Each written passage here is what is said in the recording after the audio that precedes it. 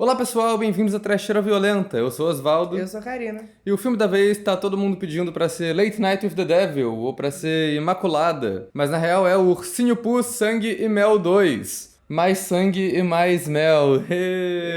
O retorno de Tigrão. No Tigrão não tava no primeiro. Não. O inimigo agora é Mais outro. leitão. Todas as piadas de nome 2 aqui. Foi um filme dirigido por Royce Frank Waterfield, que é o mesmo cara que dirigiu o primeiro filme e que agora tá aí idealizando esse novo universo cinematográfico. Se tem o MCU da Marvel, agora tem o TCU da Jagged Edge Productions. Twisted Childhood Universe, o universo da infância distorcida, dá pra dizer. Que aí depois do Ursinho Pooh Slasher vai ter o Pinóquio Slasher, o Bambi Slasher, o Peter Pan Slasher. Eu sinceramente acho isso tudo muito bom. Eu também acho incrível. Eu quero mais é ver a galera fazendo filme trash mesmo, sabe? Eu quero mais é chegar no cinema e ter a opção de não assistir Ursinho Pooh 2 mais Sangue e Mel. De não assistir? Eu não quero assistir, mas eu quero que ele esteja lá. O primeiro filme, Ursinho Pooh Sangue e Mel, foi um filme que a internet odiou. Todo mundo falou mal, horrores. E como aqui a gente é acostumado com filme ruim de verdade, a gente achou o filme bem ok, cara. Bem decente. É um filme slasher estúpido, certamente. É o filme slasher do Ursinho Pooh, né? Não tem muito como fugir disso. Mas até que ele foi muito bem feitinho pro que é. Teve umas cenas de morte memoráveis, apesar do visual tenebroso ali dos vilões. Mas que foi uma coisa que eu já adianto que melhorou bastante nesse segundo agora. É um filme desses trash quase sem orçamento que a gente vê pra lista estúpida que geralmente vai direto pra Tubi ou qualquer outro serviço de streaming de qualidade questionável. Mas é muito doido ver um desses conseguindo ir pro cinema. Então o primeiro já fez um sucesso suficiente pra eles confirmarem esse bando de sequência. E é claro que a continuação aqui é mais elaborada e tem mais orçamento. Eles mudaram tudo pro segundo filme, mudaram os atores, mudaram os efeitos, mudaram o visual dos vilões. Ele tecnicamente é um filme muito mais bem feito do que o primeiro filme, mas que eles também tentaram fazer uma trama que fica elaborada demais e começa a ficar meio confusa e esquisita. É o típico filme 2 de slasher, né? Que é a mesma coisa que o primeiro, só que ele tem que ser tudo mais. Tem que ter mais vilão, mais cenas de morte, mais efeitos, mais reviravoltas. Eu não ligaria nem um pouco de ver o primeiro filme de novo igual, só que melhor. Não precisa entrar na história da família, a tragédia familiar, o trauma do Christopher. Ninguém quer saber, cara. A gente quer ver os Ursinho Pooh. Os Ursinho Pooh é ótimo, né? Mas os Ursinho Pooh matando gente. É aquilo, né? Eu acho que às vezes é melhor você ter uma história mais simples e trabalhar melhor os elementos dessa história do que você tentar atirar pra todo lado e assim, você vai ter mais coisa no seu filme, mas vai ficar confuso pra cacete. Foi meio que aconteceu aqui. Mas antes de falar mais do filme, vou pedir pra vocês se inscreverem no canal se vocês não forem inscritos ainda.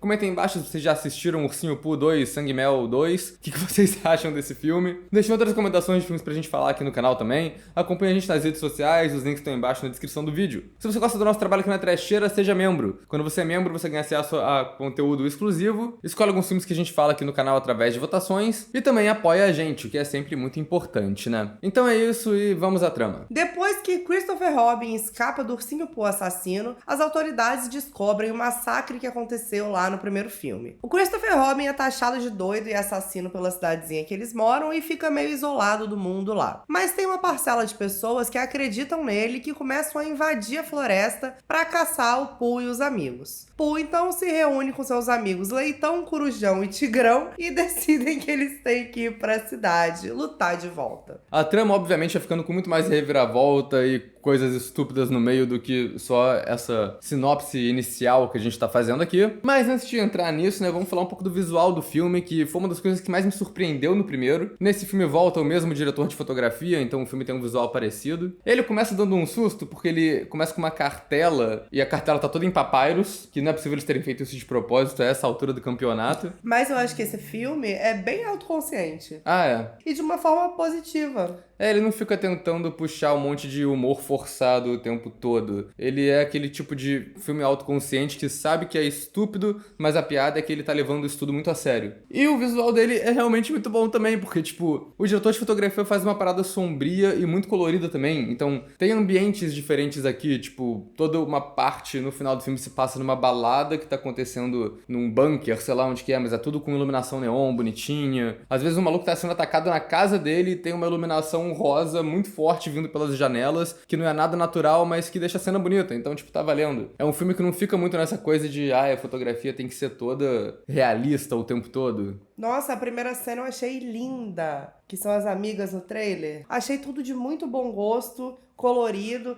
parecia até uma coisa meio Terrifier ali, meio azul e laranja.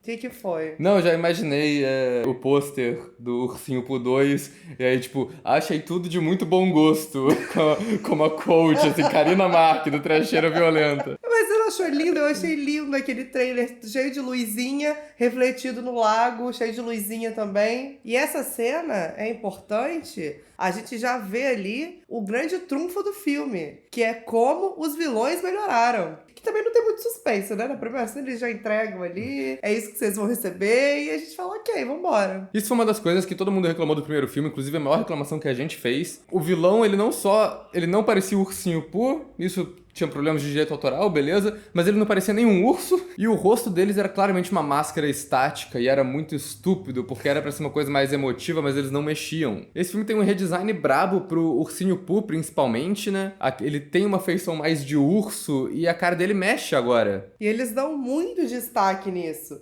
Tem muito plano detalhe na cara dele, do olho mexendo. E ele tem pelo na cara dele, eu achei isso foda. Na mão também, tem umas mãos peludas com garra. A gente vê ele rosnando, né? Tipo, mostrando os dentes pra galera. Eu acho legal também que esse visual novo pega um pouco da história que foi explicada no primeiro filme. Que eles ficaram todos famintos e comeram um bisonho. Porque eles parecem uma coisa meio magra, meio, tipo, ressecada, puxada pra dentro, assim. Ao mesmo tempo que o Ursinho Pooh tá, tipo, todo barrigudo lá, sei lá. Então é um desses visuais, assim, que conta uma história, sabe? Não, parece que de fato teve uma equipe ali que teve tempo e orçamento pra fazer um negócio direito. Isso é sempre muito legal de ver. O Ursinho Pooh também ganha uma caracterização importante de um assassino slasher, que é uma arma característica. Ele meio que usa de tudo ao longo do filme, mas o que tem mais foco é que ele tá andando por aí usando uma armadilha de urso, que eu achei justo, né? Porque ele é um urso. E aí ele, sei lá, usa como se fosse o Scorpion do Mortal Kombat pra jogar nas pessoas, puxar de volta.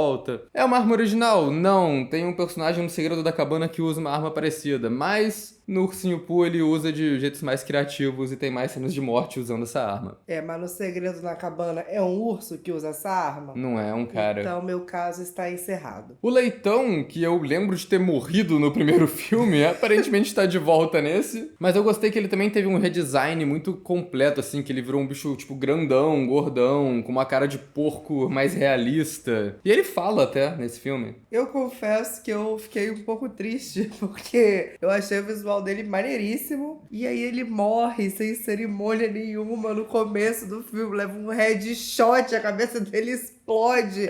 Mas o Corujão, pra mim, roubou completamente a cena. Ele parece muito mais inspirado num abutre do que uma coruja, porque ele anda por aí com um monte de pena preta, assim, no corpo dele. E o ator tá se comportando como se ele fosse um abutre, andando meio, tipo, curvado, fazendo uns movimentos meio de pássaro, assim, ave de rapina. A cara dele em si parece um orc do Senhor dos Anéis, mas é porque eles tentaram fazer essa coisa meio abutre mesmo, né? Que a cabeça é pelada, careca, tem um bico, então acho que foi muito inspirado nisso. Ele é um personagem tão bem caracterizado que ele tem até uma trilha sonora específica quando ele entra em cena. E eu achei ele legal também porque ele parece ser o mais inteligente dos animais ali, meio que toma um posto de líder. E ele consegue falar, o que serve pra ter uns diálogos meio bolados ali, mas é curioso porque ele nunca tem um diálogo com personagens humanos, né? Eles mal se encontram ao longo do filme. E, é claro, por ele ser o corujão, ele voa por aí, né? Eu acho que o filme com esse orçamento, ele sabe que se o cara só saísse voando por aí, seria uma computação gráfica muito tosca, né? Então eles fazem isso de um jeito esperto até, que toda vez que ele tem que decolar ou aterrissar em algum lugar ou pegar algum personagem assim, tipo, passando de rasante, acontece meio desfocado no fundo, enquanto tem alguma coisa em primeiro plano que tá mais em foco. Então o disfarce é feito e dá um terrorzinho maneiro pras cenas, então achei criativo. E é claro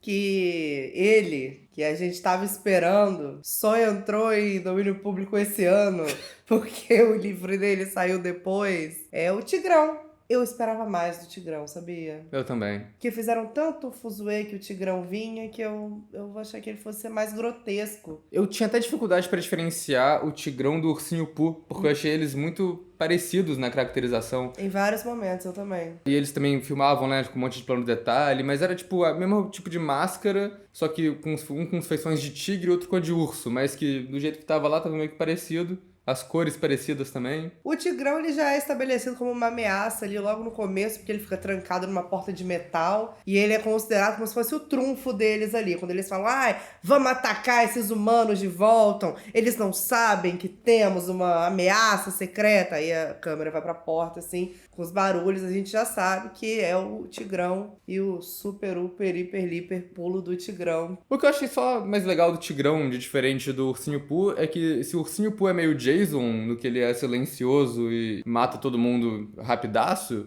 o Tigrão é meio Fred Krueger, porque ele ataca só com as garras dele, ele não usa outro tipo de arma, ele faz piada e fica falando o tempo todo enquanto ataca a galera, e ele demora um pouco mais, ele gosta de brincar com as vítimas. Um felino, né? Antes de mais nada. Tem o Christopher Robin, né, voltando do último filme, trocaram de ator pra um ator melhor, eu acho. Eu achei ele a cara daquele bofinho que tá muito falado ultimamente, do Saltburn. Aí eu fiquei chamando ele de Salt Cold. Mas meu irmão não achou graça porque ele não tinha referência. A vida é assim, a vida é feita de tristezas. Não é melhor Sweet Burn? Sugar Burn. Sugar Burn, é. Sugar Burn é bom. A parada do personagem é que o filme parece que não decide qual drama que ele quer seguir com ele ali, né? Que no começo parece que vai ser muito essa coisa do todo mundo da cidade tá taxando ele de assassino e ele não consegue ter uma vida normal. E tu imagina que seja esse tipo de filme, meio Sexta-feira 13, parte 6, né? Que o Tommy Jarvis sabe que o Jason tá vivo, ele tenta avisar todo mundo, e ele que acaba sendo de assassino, e isso é boa parte do drama do personagem, né? O xerife perseguindo ele ao invés de perseguir os assassinos reais. Só que não, isso meio que não tem foco no filme. Tem um momento ou outro que algum personagem que tá sendo atacado vira pra ele e fala, caraca, tu tava certo, mas não é um grande momento de revelação pra cidade, não dá aquele gostinho de ver a galera percebendo que o Christopher Robin era inocente o tempo todo, meio que só fica fora de foco isso, né? Esse é um filme que foca um pouco mais na vida pessoal dele, a gente vê que a família dele, os amigos, a família dele é o drama principal do filme, eu acho, mas quem é mais relevante é a melhor amiga dele, né, que é a personagem que é claramente uma referência a Halloween, né, porque ela é a amiga loura que vai trabalhar de babá pra uma criança que tá ficando a noite inteira acordada vendo filme de terror. Uma das coisas que a gente falou muito bem do primeiro filme foram as cenas de animação, toda a sequência de animação. E nesse filme eles repetiram. O que é legal também, porque eles viram o que deu certo e mantiveram, enquanto outras coisas eles mudaram. E o que acontece na animação é que eles explicam tudo o que aconteceu entre o primeiro e o segundo filme. Isso que a gente já falou mais ou menos aí da trama, que tanto o Pooh quanto o Christopher foram vivendo solitários, com muito ódio, e que eles tinham essa relação. Aí logo aí no começo a gente já percebe que essa ligação especial entre os dois também vai ser uma das coisas que vai ser mais aprofundada nesse filme. Eu imaginei que fosse ter essa coisa de conexão dos dois, tipo, olha como nós dois estamos sendo excluídos, e até que o Christopher Robin podia ficar malvado e começar a ajudar o Ursinho Pooh e amigos, ou alguma coisa assim. Mas também não é aproveitado o resto do filme essa temática. Esse filme faz isso muito, ele apresenta muitos elementos que só desaparecem completamente da trama depois. Em questão de direção, eu acho que foi um filme que tem uns visuais criativos, né? Tipo, o primeiro plano que abre o filme antes da animação é uma narraçãozinha falando sobre como as coisas que a gente lembra da infância às vezes não eram tão boas assim, às vezes eram meio macabras. Vai passando por um quarto com os bonecos, tipo, na silhueta, e aí bate um trovão, entra uma luz e a gente vê que os bonecos estão todos remendados, cheios de sangue, cheio de parte faltando. Então achei uma parada maneira, achei macabro, estabelece bem esse tema que eles vão trabalhar nesse universo cinematográfico. Os ursinhos parecem muito os do Amigos de Lancheira, eles já me mandaram os 2 ursinhos aqui e eu amo, eles são perfeitos. Então tem uma coisinha criativa ou outra de composição de plano de vez em quando no filme, mas no geral, as cenas de morte, as cenas de ação, que é o principal de um slasher, eu achei quase todas muito incompreensíveis. Isso foi o que mais me decepcionou no filme, porque o primeiro tinha uns efeitos zoadinhos, mas eram umas cenas de morte muito boas, assim. Tinha mais construção de tensão nelas, e era uma parada mais gráfica, que você conseguia ver direito. Esse filme tem muito mais cena de morte, tem muito mais efeito prático, mas é tudo feito muito rápido, às vezes com um plano muito fechado, só pra mostrar um efeito ali mais específico, e uns cortes muito rápidos na cena que não mostram muito do que tá rolando. Eu acho que eles tentaram ir pela quantidade e não pela qualidade, e isso nem sempre funciona.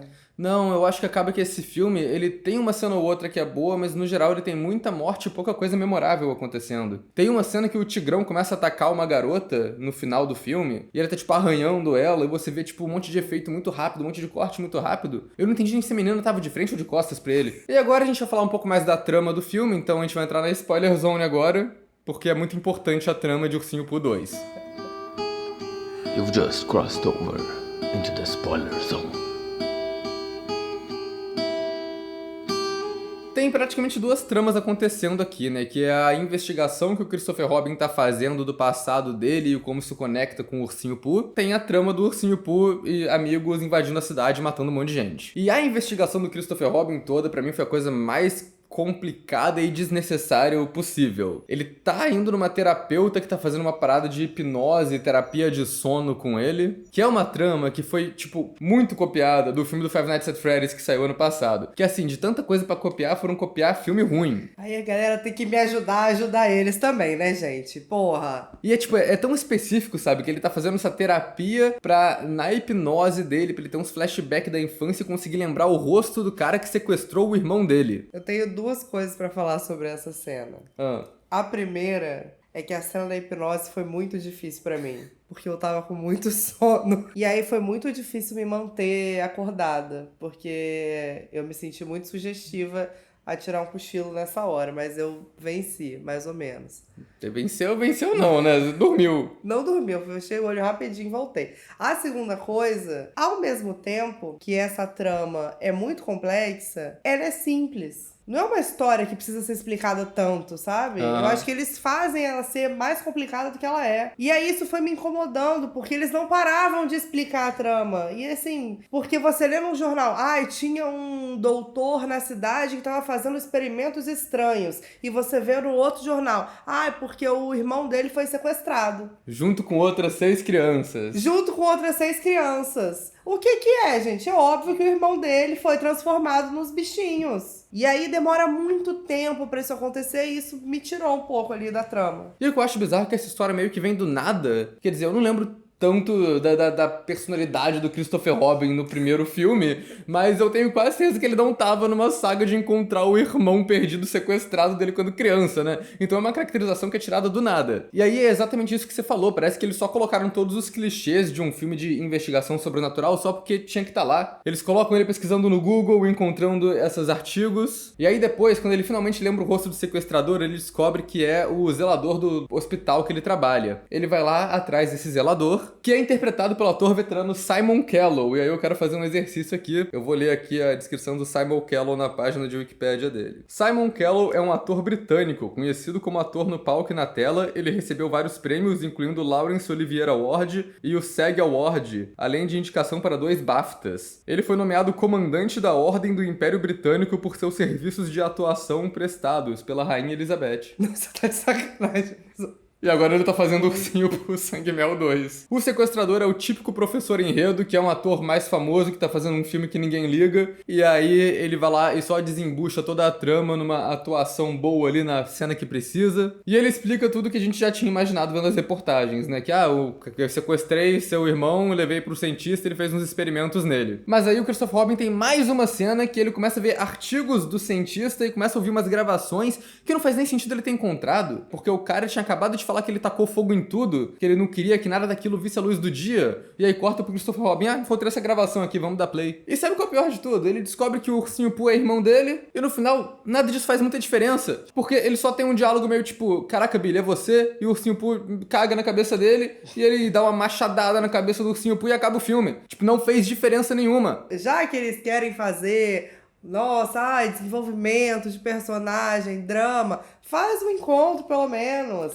Faz o Ursinho Pooh fingindo que tá reconhecendo, não tá, sei lá. No primeiro filme, quando era sobre a amizade deles, tinha muito mais dilema ali do que nesse que eles meteram que ele é irmão do cara. É porque é difícil gostar de irmão às vezes, né?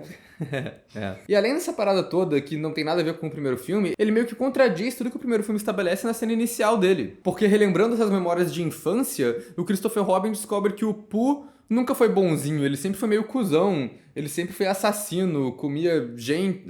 Ele sempre foi assassino, matava bicho, comia carne crua, tava sempre todo ensanguentado. Era uma parada macabra desde o começo. O que eu achei meio estúpido, porque todo o lance do primeiro filme é que eles eram, tipo, amiguinhos felizes, só que o Christopher Robin abandonou todo mundo e por isso que eles tiveram que comer o bisonho. Que é uma história muito mais interessante, né? Era uma coisa menos maniqueísta. O Christopher Robin foi embora, Não é culpa dele que os bichos ficaram ali subnutridos pra morrer. Mas também você consegue entender a motivação da revolta deles. Aham. Eu gosto disso. Mas não, aí esse filme fica aquela coisa, é malvado contra o menino bonzinho. Mas ao mesmo tempo que eu acho que essas mudanças, algumas pelo menos foram pra pior, eles fizeram uma coisa muito esperta. Eles justificaram essas incongruências do primeiro filme e do segundo com metalinguagem, né? Já que eles são autoconscientes, vamos resolver. Então eles fizeram como se o primeiro filme que a gente assistiu fosse, de fato, um filme que existe naquele universo, que foi feito sobre o massacre que aconteceu. A partir do momento que você joga aquilo que a gente assistiu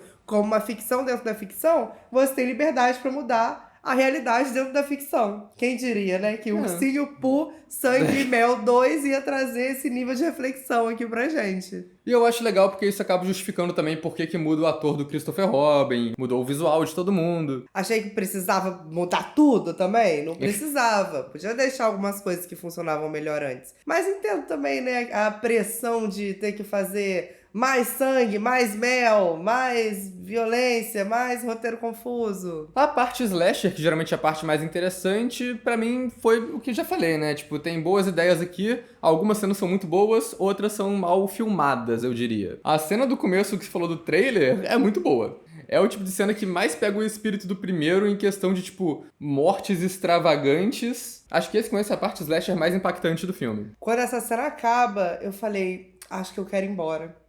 Porque não tem como ficar melhor do que isso, porque começou muito bem. Depois disso tem a cena com os caçadores, que aí a montagem já começa a ficar meio esquisita. Tem a morte muito boa nessa cena, que é a morte do leitão, que acontece do nada, mas que eu achei bom, porque são personagens secundários sendo espertos no filme slasher, porque ele apontou uma arma pro cara que obviamente é o assassino, ele só atira no maluco, não dá chance do cara, tipo, tomar uma vantagem contra eles. E tem todo o grande finale de slasher, que é a balada alternativa que tá rolando no meio do esgoto. Sei lá que lugar era aquele. A galera da rave é terrível. Aí é uma rave que também é um baile de máscaras. Eu achei que fosse ter uma cena meio Ursinho Pooh perseguindo alguém lá dentro e ninguém acreditando porque é um baile de máscaras, tá? É só um cara disfarçado. Mas não, eles só chegam matando todo mundo mesmo. Mas eu achei essa cena satisfatória, porque as donas da festa eram meio escrotas. Mas acaba que essa cena toda virou só uma sequência de ataques do Pooh e do Tigrão matando um monte de figurante que a gente não sabe quem é. E é um monte de morte que, igual eu falei, é mal dirigido, é mal montado, você não vê muito do que tá rolando, são cortes muito rápidos. As próprias personagens mais relevantes ali, que foram as duas mulheres que foram escrotas com o Christopher Robin, tem uma cena de morte muito rápida. Se você piscar o olho, você nem percebe o que aconteceu com elas ali. Cara, mas você viu a quantidade de gente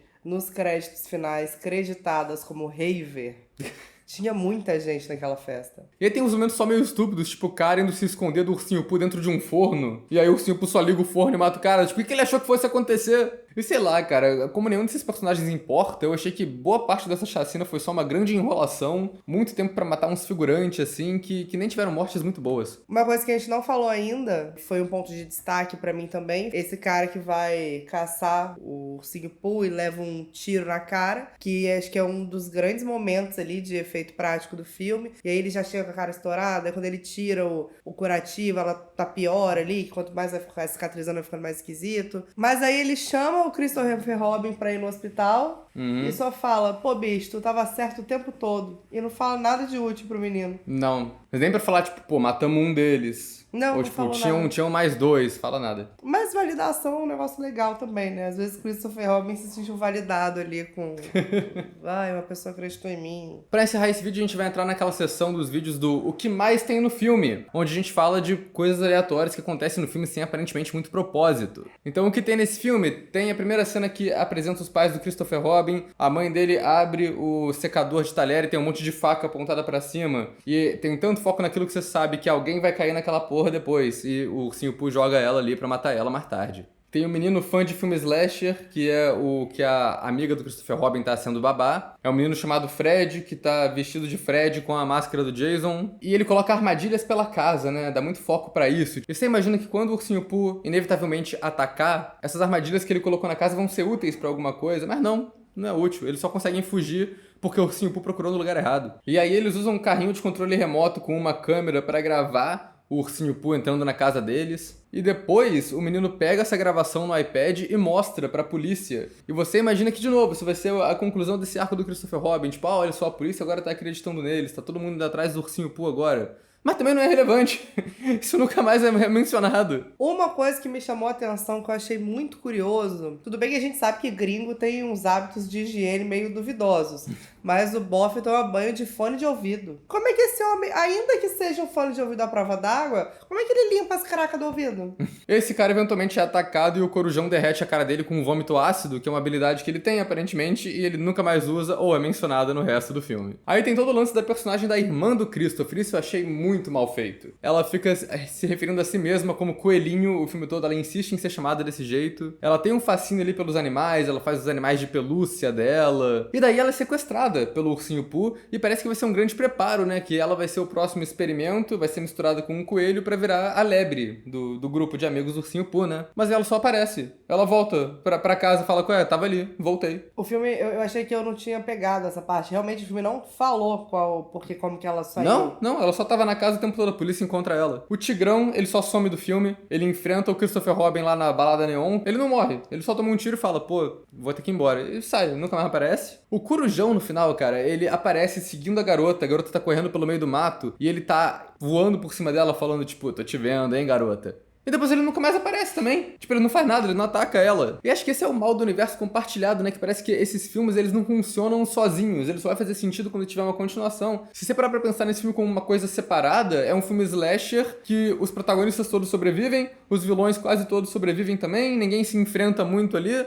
É um filme sem final. Isso eu achei também. Achei totalmente anticlimático. Do nada, créditos. E foi engraçado porque os créditos rolaram. Aí meu irmão ainda falou assim, eles esqueceram de botar o final do filme. Aí, de fato, entra uma ceninha depois dos créditos. Que nem depois dos créditos, não. Aquilo é meme, né? Porque passa 10 segundos de crédito e já entra a cena que mostra o Ursinho Pooh com a cara toda estourada, mas que sobreviveu. E falando, eles não perdem por esperar, vamos voltar mais fortes. Porque eles se regeneram, né? Tem isso. E isso só tira ainda mais o sentido de toda a história que foi contada sobre eles no primeiro filme, né? Por que o bisonho não se regenerou? Exatamente.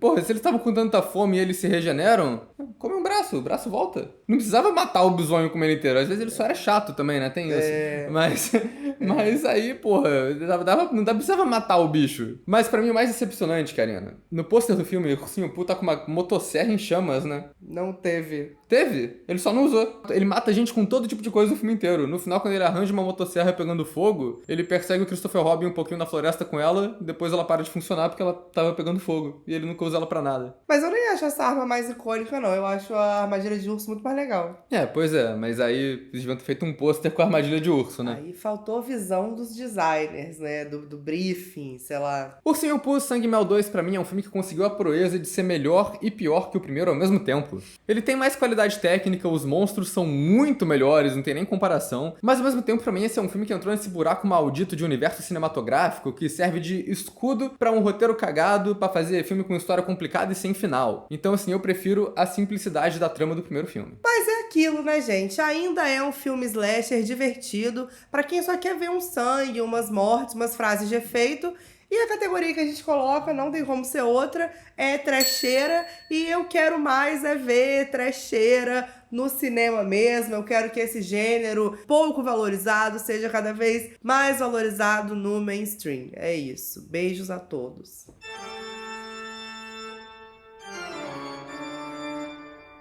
E, mais uma vez, vou falar aqui. Tudo isso só tá acontecendo agora porque os caras tiveram coragem de ver que o Ursinho Pooh caiu em domínio público e falou, vamos fazer do jeito que dá. E aí, olha como é que conseguiram. Então é isso, gente. É um grande filme motivacional. Sigam seus projetos.